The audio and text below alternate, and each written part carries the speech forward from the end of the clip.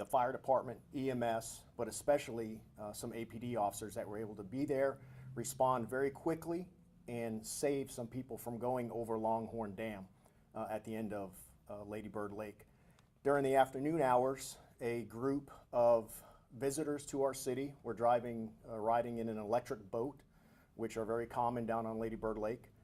While they were going along, they got close to the spillway of Longhorn Dam. As they got closer to that spillway, the water ended up pulling them to the spillway, and they got lodged on top of that spillway. They were able to call the company that runs the boat service. They came out, tried to pull them off of the dam. They were not able to pull them off the dam, and that's when 911 was called. Luckily for the people that were inside both of those boats, we had some Lake Patrol officers on Lady Bird Lake in a boat that was able to get over there, tie off to them, and pull them to safety. Like I said earlier, this would have been very tragic had they gone over the dam. It's a very high dam, and you know, there would have been probably severe injuries, if not loss of life, due to that. There were a couple of the officers. There were 3 on board the boat: Officer Perez, Officer Bozyk, and Officer Smith. 2 of them are here today to be able to answer any questions that you may have about their actions. Also, District Chief Truesdale with the fire department is here, and he will be able to answer any questions if you have any. So I will introduce Officer Smith and Officer Bozyk, and then DC Truesdale is there. Hello, my name is Officer Smith, Bradley Smith, B-R-A-D-L-E-Y-S-M-I-T-H. Officer Smith with the Austin Police Department Lake Patrol Unit. Hi, my name is Officer Mark Bozyk, M-A-R-K, B-O-Z-Y-K. I'm an officer with the Austin Police Department's Lake Patrol Unit as well. Do you have any questions for the officers? Officers, tell us how events unfolded, when you got the call and what happened after that. Yes, sir. We were patrolling Lady Bird Lake when the call came out that there was a boat against the dam.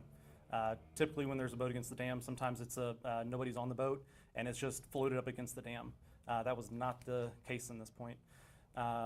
The boat was occupied by 4 individuals from out of town.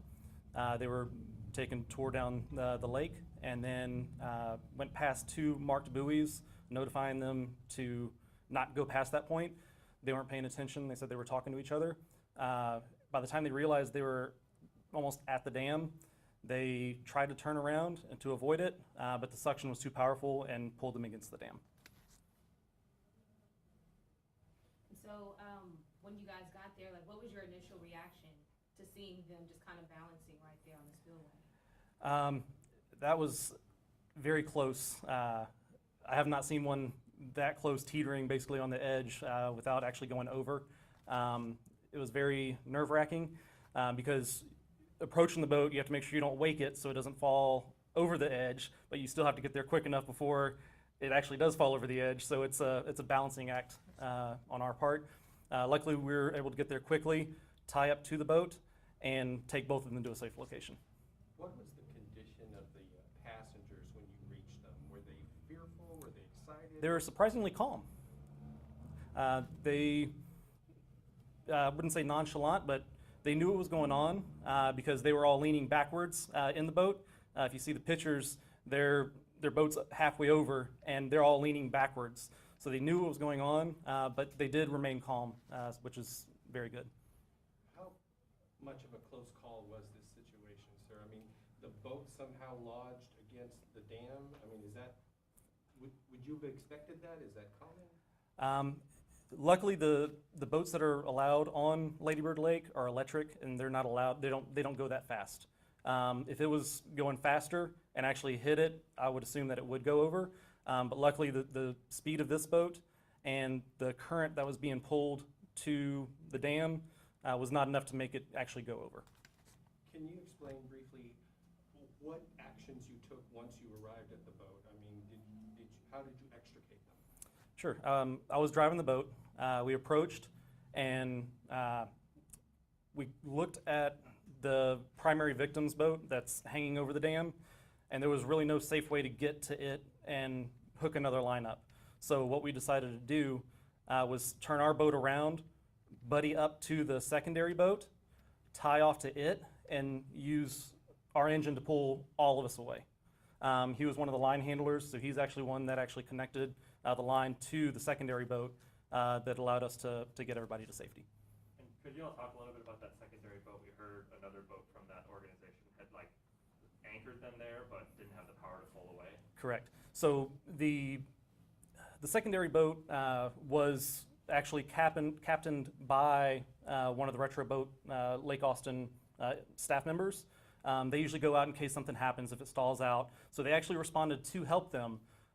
He hooked up.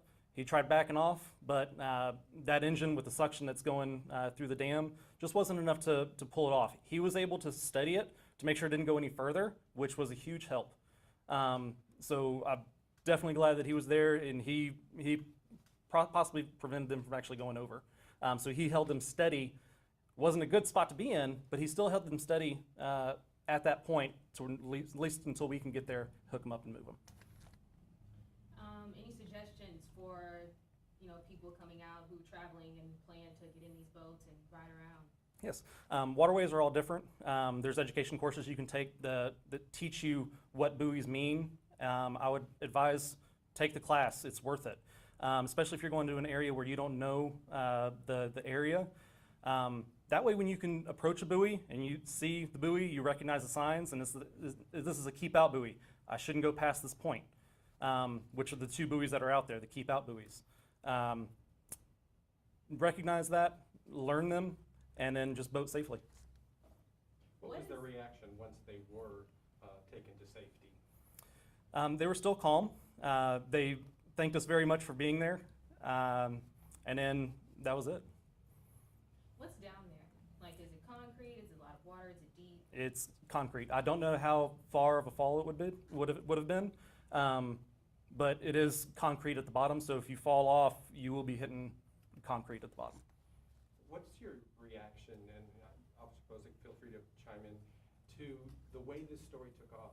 I mean, it was on ABC, NBC, national news, and it's, bursting on social media.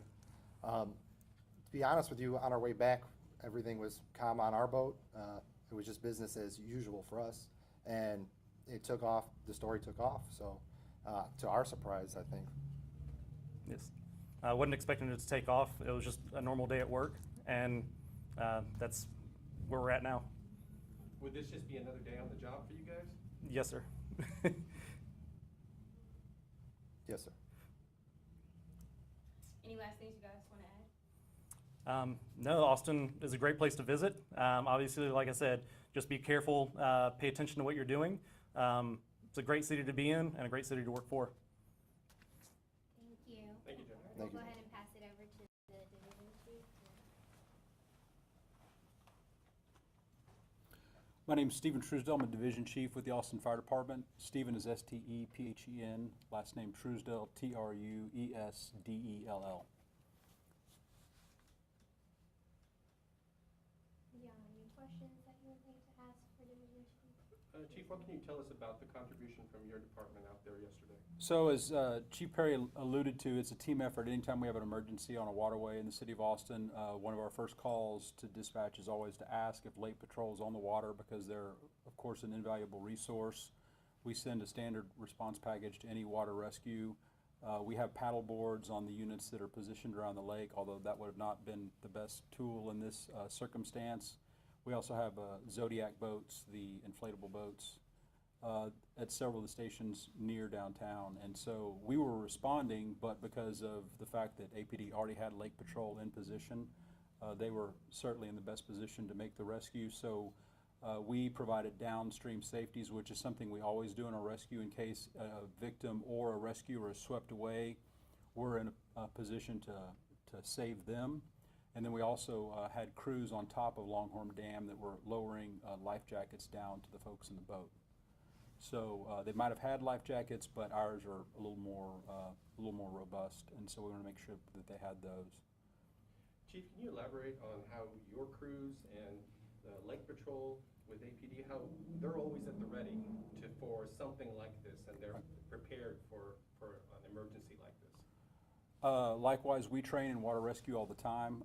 We have several stations, our special operations stations, where everyone's certified as a rescue swimmer and a swiftwater rescue technician. We go through a lot of training. We travel all over the country and to different environments where there's active water to train in. We go to Tarrant County, which has a training facility there. So we do a lot of preparation, as we've seen in the last few years, just a tremendous growth of activity on Lady Bird Lake in particular. And many, many people are visitors. They're not necessarily prepared. And oftentimes, a change in the weather is where we see the biggest number of incidents occur. People will paddle with the wind, and they'll go a long distance, and then they'll turn around and try to go into the wind, and they'll quickly get tired, and then they're just exhausted, and they don't know what to do, and they may not be a strong swimmer. Also, when some of the storms blow in, they'll just blow a bunch of people off of their paddle boards or canoes, and then that's when we have a lot of the events occur on the lake. And the holidays, of course, it gets super crowded. Chief, that aerial photo was pretty eye-catching, showing the boat and the other boat. Unique situation based on your experience? Have you ever come across something like this before? We've had similar incidents actually at Tom Miller Dam on Lake Austin. We had a boat go over a few years ago that was occupied with 2 people. They got washed away, went downstream into the upper end of Lady Bird Lake, and they were able to crawl out below the UT housing there. We've had, several years ago, there were a couple of visitors in a canoe that also went over Longhorn Dam. Probably should not have been in the canoe, and the concession that rented it to them really couldn't explain why that happened. But we've had it happen before, and yeah, like you say, the drones are invaluable. I believe that was EMS's drone. We carry those as well, and we try to get them up in the air as quick as possible because it gives us a great perspective from the command post to get a really good view and helps us determine what actions to take. If Lake Patrol wasn't there, like close in the area at that time, do you think it would have took you guys a longer time to be able to rescue these people? Yeah, so what we would have done is we would have sent our Zodiac to launch there at Festival Beach boat ramp, and that would have taken a couple more minutes. And then we would have also gone immediately and put rescue swimmers in the water from the closest unit that has trained rescue swimmers. And then, like I said, one of our first priorities is to always get those downstream safeties in place to be prepared in case someone does get washed away. Any other questions? Alrighty, thank you so much.